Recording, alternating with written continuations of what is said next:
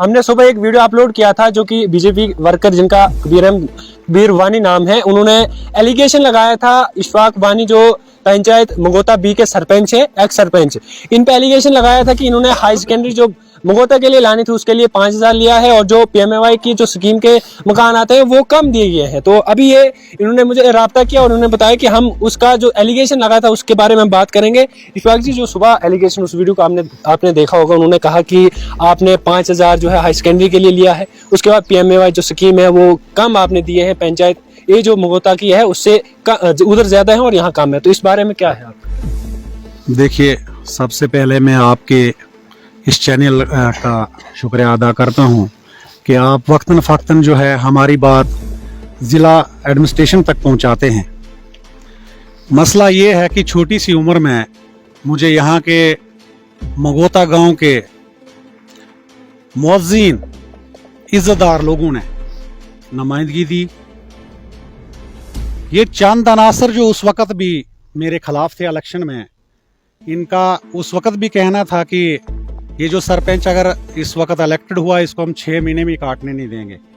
लेकिन अल्लाह का शुक्र है कि जिस तरीके से भी मुझसे हो सकता था, मैंने 5 साल और 1.5 महीना जो है सरपंची की है इस पंचायत में। वो तमाम लोगों को पता है कि अशफाक वानी ने जो सरपंची मगोता में की है वो किस कदर है।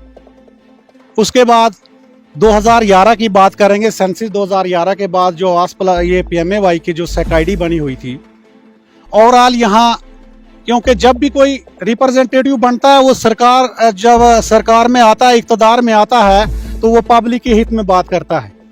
उस वक़्त जब मैं इक़्तिदार में आ गया तो यहाँ बहुत सारे मकान जो बने हुए थे, लेकिन मैंने कोशिश की कि किसी का भी मकान न कटे और उनको सरकार की तरफ से पैसा मिला, क्योंकि गरीब लोग हैं। गरीब लोगों ने बड़ी मुश्किल से यहाँ एक एक दो दो कमरा खड़ा किया हुआ था, सरकार की तरफ से मैंने उनको पैसा दिलाया है। उसके बाद हमारा कुछ टारगेट, वो तकरीबन 100 से ऊपर लोग हैं।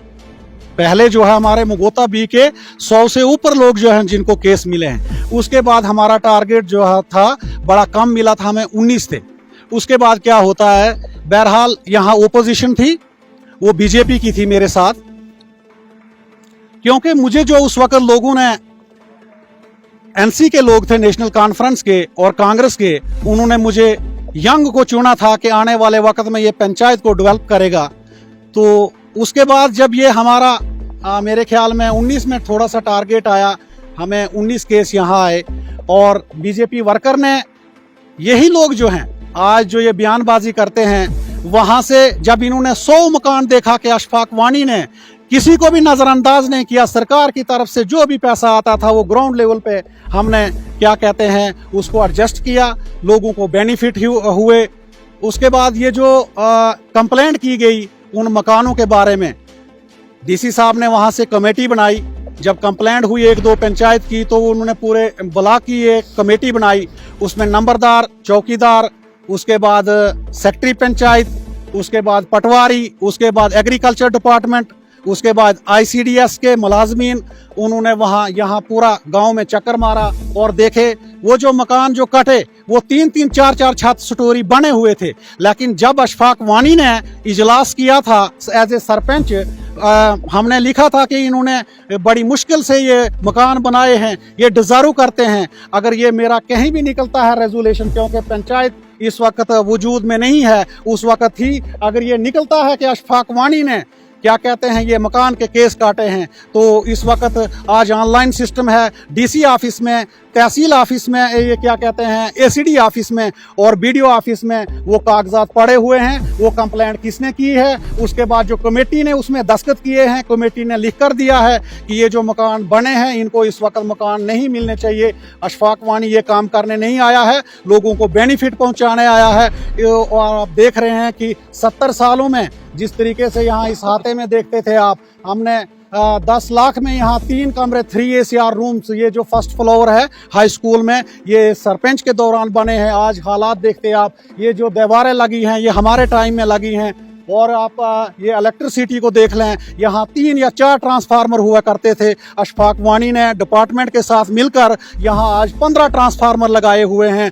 कौन सा घर है वो बोले कि यहाँ क्या कहते हैं, किसको बेनिफिट अरसा 5 साल में नहीं मिला है, कोई भी घर बोल सकता है। हमने कोशिश की है, सरकार की तरफ से जितना भी पैसा आया है वो बांट कर दे दिया है। यहाँ चंद जो लोग हैं आउट ऑफ पंचायत जो हैं, जो हमारे खिलाफ ऐसी बात करते हैं, ये मेरा फर्ज नहीं है, क्योंकि अल्लाह ताला ने मुझे छोटी उम्र में नुमाइंदगी दी है। वो मैं ज़्यादा कोई घटिया बात नहीं करूँगा, मेरी ज़बान से ये ठीक बात नहीं लगती है उन लोगों के लिए। अपनी अपनी औकात, जो अगर मैं एक्स सरपंच हूँ इस वक्त, मुझे अपनी औकात का जो है मुझे पता है कि अशफाक वानी की औकात क्या है, तो किसी को हम कहने के ये नहीं कहूँगा किसी को क्या है। उसके बाद ये जो वो क्या हाई सेकेंडरी को जो मसला है, बहरहाल आपको पता है कि अरसा 10 सालों में भाजपा सरकार जो इक़्तिदार में रही, उस दौरान यहाँ कुछ हाई स्कूल्स को अपग्रेड किया गया, हाई सेकेंडरी लेवल पे लाया गया।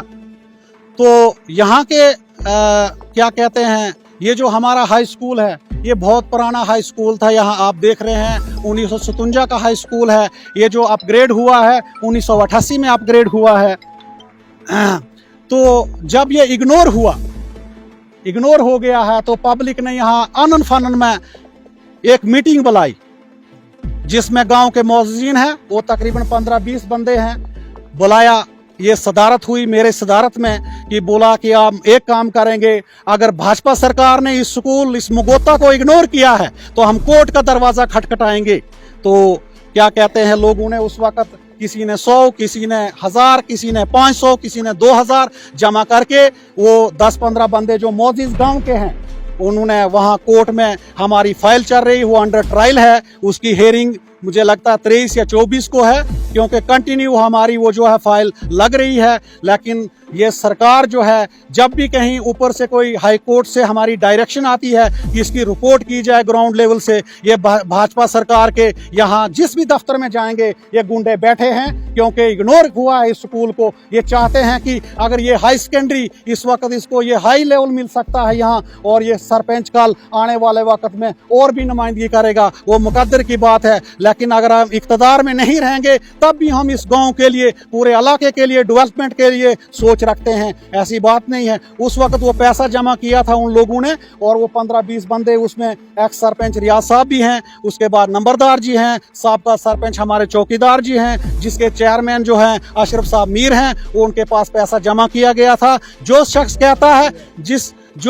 कहता है कि मैंने पैसा दिया है, उसने 1 रुपया भी नहीं दिया है।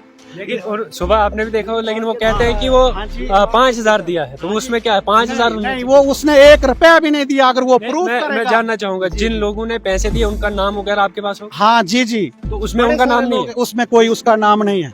लिस्ट बनी है, वो अशरफ साहब मीर के पास है। मीर साहब जो हमारे मौजूद यहाँ हाजी साहब हैं आज, वो उनके पास पड़ी हुई है। ऐसी बात नहीं है। लोगों ने उस वक्त, मुझे अच्छे लोगों ने नुमाइंदा चुना है। उस वक्त भी कुछ यहाँ बड़े अच्छे लोग रहते हैं, लूट लुटेरे पंचायत में बड़े कम हैं, लेकिन कुछ लोग जो यहाँ बाहर के आकर यहाँ न क्या कहते हैं, जब सरकार का पैसा आता था और उनकी ज़मीनें जो हैं इस मुगोता बी पंचायत में हैं, वो पैसा जो है उन्होंने यहाँ आकर वो खुद काम करते थे। मुगोता बी के लोगों को मजदूरी पर रखा था उन्होंने, लेकिन वक्त आ गया जब वो मजदूर जो लोग उनके साथ मजदूरी करते थे, लेकिन अशफाक वानी जब इक़्तिदार में आया, उन्होंने उन मजदूरों के साथ उन ठेकेदारों को मजदूरी पर लगाया है। आप देख सकते हैं हर घर में मैंने काम पहुँचाने की कोशिश की है, और इंशाल्लाह ऐसी बात नहीं। यहाँ पंचायत में बड़े अच्छे लोग रहते हैं, कुछ ने मेरा साथ दिया, लेकिन कुछ लोगों की मजबूरी थी। वो क्या थी कि अपने उनके कुछ घर के कैंडिडेट खड़े हुए थे, जिसकी वजह से वो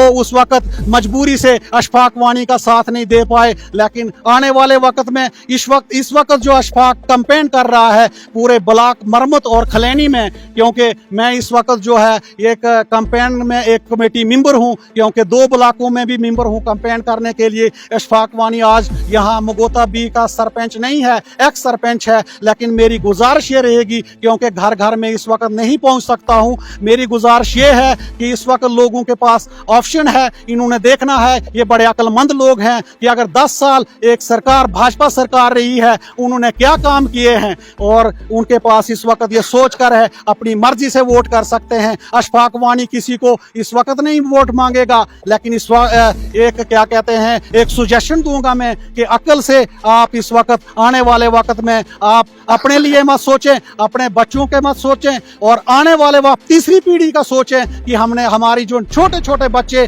1 या 1.5 या 5 साल के हैं, आने वाले वक्त में जब 18-20 साल के हो जाएंगे, उनका कैरियर के बारे में आप सोचें। और क्या कहते हैं, उन जब वो इस वक्त अगर हम उस वक्त की कदर नहीं करेंगे, क्योंकि ये 5 साल का पीरियड होता है, वक्त हमारे पास एक ही है। मेरी रिक्वेस्ट ये रहेगी, घर घर अशफाक वानी नहीं पहुंच सकता है, क्यों मैं आज सरपंच नहीं हूं। वो कहते हैं कि सरपंच ये करता है, आज नहीं हूं, लोगों को अपनी मर्जी है उन्होंने किसको वोट देना है। जब अशफाक वानी ने अगर दोबारा यहाँ सरपंची इलेक्शन लड़ना होगा, वो घर घर जाएगा, वोट मांगेगा, जो देगा, जिसके अगर मैंने काम किए होंगे, ग्राउंड लेवल पे पड़ा हुआ है, वो लोग मुझे नुमाइंदा चुनेंगे। आज मैं इस वक्त जो है चौधरी लाल सिंह जी की कंपेन कर रहा हूं, क्योंकि उनको नुमाइंदा चुनेंगे। देखो, अगर वार्ड मेंबर हमें अपनी पंचायत में होता है, वार्ड में होता है, सरपंच होता है, उसके पीछे डीडीसी होता है, उसके पीछे एमएलए होता है। अगर आज भी अशफाक वानी के पीछे कोई एमएलए होता या मेंबर पार्लियामेंट होता, जब भी कोई कागज हमारा कोर्ट से आता, वो उस ऑफिसर के टेबल पर नहीं रुकता, क्योंकि हमें काफी रुकावटें आ रही हैं। हम कोर्ट में गए हुए हैं, हमारी जो फाइल जो है वो अभी कोर्ट में चल रही है। हमें पूरी उम्मीद है कि अगर जो भी कागज, जब भी जैसे अगर चौधरी लाल सिंह जी इक़्तिदार में आते हैं, तो हमें पूरी उम्मीद है कि ये जो भाजपा सरकार के चंद गुंडे जो हैं दफ्तरों में बिठा कर रखे हैं, और हमें इस स्कूल को इग्नोर किया है।